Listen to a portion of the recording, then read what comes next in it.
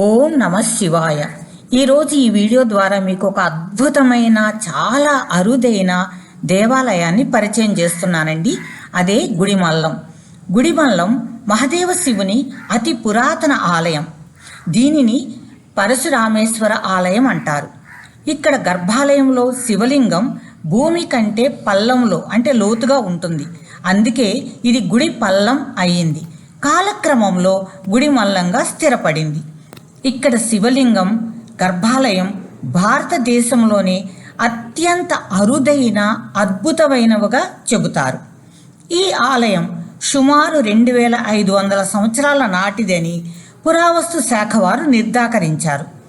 కానీ ఈ ఆలయం పురాణాలలో ప్రస్తావించబడింది కాబట్టి ఇంకా పురాతనమైందని స్థానికుల వాదన. సుమారుగా 1940-50 ప్రాంతాల్లో శాస్త్ర పరిశోధనల ద్వారా అకస్మాత్తుగా ఇక్కడ శివలింగం గురించి కొన్ని ఆశ్చర్యకరమైన విషయాలు బయటకు రావటం, దాంతో పురావస్తు శాఖ వారు ఆలయాన్ని తమ ఆధీనంలోకి తీసుకున్నారు.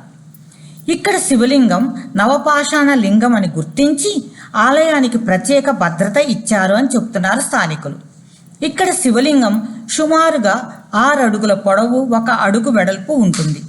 శివలింగంలో శివుడు మానవ రూపంలో ఉంటాడు. శివలింగం నుంచి ఉద్భవిస్తున్న శివుడే ఇక్కడ అర్చామూర్తి అని అంటారు. శివలింగ రూపం అత్యంత సున్నితంగా అద్భుతంగా చెక్కబడింది అని దగ్గర నుంచి చూసిన స్థానికులు చెబుతారు. గర్భాలయం రాతితో చెక్కబడి లోపల నుంచి చూస్తే లింగాకారంలో ఉంటుంది. అది ఈ ఆలయం ప్రత్యేకత. గర్భాలయం వెనక భాగాన్ని ఏనుగు పుష్ట అంటారు. ఎందుకంటే ఏనుగు కూర్చున్నప్పుడు దాని వెనక భాగం ఎలా ఉంటుందో గర్భాలయం వెనక భాగం అలానే ఉంటుంది. అంతర ప్రాకారం అంటే లోపల గోడలు రాతితో చేయబడి ఉంటాయని, అందులో కొన్ని రహస్య సొరుగులు ఉండేయని స్థానికులు చెబుతారు. ఈ ఆలయ ప్రాంగణలోనే సూర్య దేవాలయం, వల్లి దేవసేన సమేత సుబ్రహ్మణ్యేశ్వర స్వామి ఆలయాలు ఉన్నాయి.